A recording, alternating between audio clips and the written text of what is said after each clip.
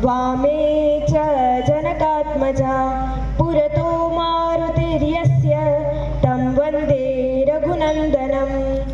रामो राजमणि सदा विजयते रामं रमेशं भजे। रामेणाभिहता निशाचरचमू रामाय तस्मै नमः। रामान्नास्ति परायणं परतरं रामस्य दास्योऽस्म्यहम्।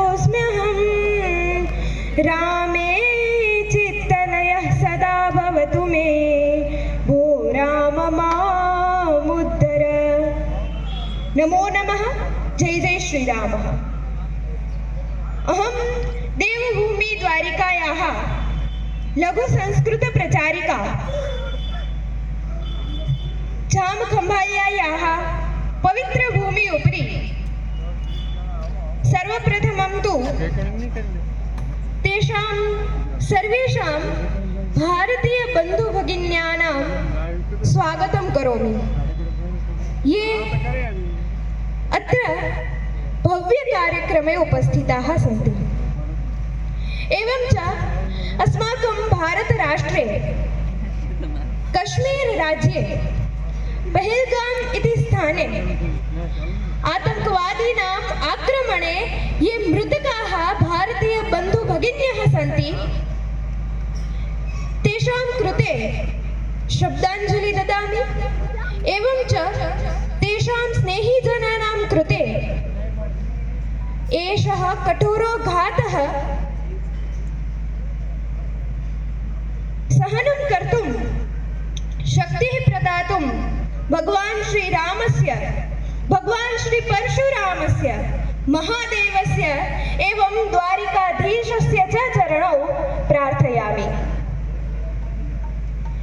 वर्तमाने देवभूमि द्वारिकायाः जामखम्भाल्या नगरे श्रीराम युवा ग्रुप इत्यस्य आयोजने सुन्दर भव्य लोक डायरो इति कार्यक्रमस्य आयोजनं वर्तते।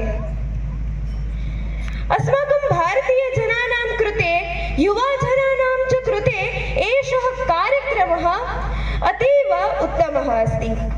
कारणम् अस्ति यत् वर्तमाने पाश्चात्यसंस्कृत्याः अधिकः प्रभावः वर्तते। ये लघुबालकाः सन्ति, युवावर्गः च सन्ति, ते सर्वेपि भ्रमणयन्त्रे एवं च व्यसने एव रक्ताः सन्ति। तेषां सर्वेषां सांस्कृतिक सामाजिक च उत्थानाय एषः कार्यक्रमः। यथा एकः सिंहशावकः आसीत्, सः અજાગ્રણે ભમત। જેવી રીતે એક સિંહનું નાનું બચ્ચું હતું, એ પેલા ઘેટાઓના સમૂહમાં જ રહીને તેમની જ જેમ બકરીઓની જેમ બે બે એવું બોલતા શીખી ગયેલું ને પોતાની ગર્જના ભૂલી ગયેલું, તેવી જ રીતે આજના ભારતના નવયુવાનો તથા બાળકો છે એ પાશ્ચાત્ય સંસ્કૃતિના પ્રભાવમાં આપણી સંસ્કૃતિ અને આપણી ભાષા, સંસ્કૃત અને સાથે સાથે સનાતની ધર્મ એ સૌને વિસરી રહ્યું છે। ત્યારે જો ભારતના નવયુવાનોને પુનઃ તે સ્થાન પર બેસાડવાના હશે કે જે સ્થાન આપણા શહીદ વીર ભગતસિંહ, મુનિ દધીજી, ભગવાન શ્રી રામ, શ્રી કૃષ્ણ, બુદ્ધ, મહાવીર અને શિવાજીએ આપણને જે પથ દેખાડ્યો હતો, તેવા બાળકોનું પુનઃ નિર્માણ, ચારિત્ર નિર્માણ જો કરીશું તો જ તેના થકી રાષ્ટ્રનું પણ નિર્માણ થઈ શકશે। આજે હું તમને સૌને પૂછવા માંગુ છું કે સમગ્ર વિશ્વમાં સૌથી વધુ યુવા શક્તિ કયા દેશમાં છે? જવાબ છે ભારત। અને સાથે જ કયા દેશના યુવાનો સૌથી વધુ ભ્રષ્ટાચાર, આતંકવાદ, ત્રાસવાદ, જાતિવાદ અને વ્યસનોમાં જ વ્યસ્ત અને મસ્ત છે? પુનઃ ઉત્તર છે ભારત। તો તેમના પુનરુત્થાન માટે અને આ આઝાદ રાષ્ટ્રની આબાદી માટે ફરીથી એ જ પ્રાચીન જીવન મૂલ્યો અને સંસ્કૃતિ છે તેને ઉજાગર કરવાની જરૂર છે.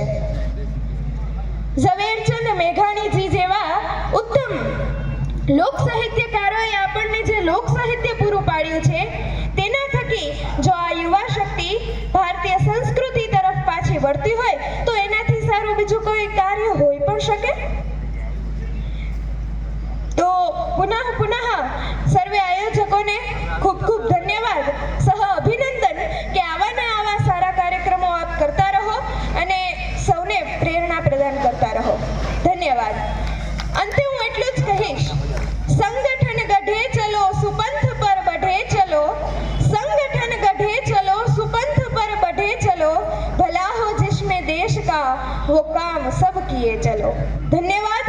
આપણે સૌ બોલીશું ભારત માતા કી, ભારત માતા કી, વંદે વંદે. ધન્યવાદ.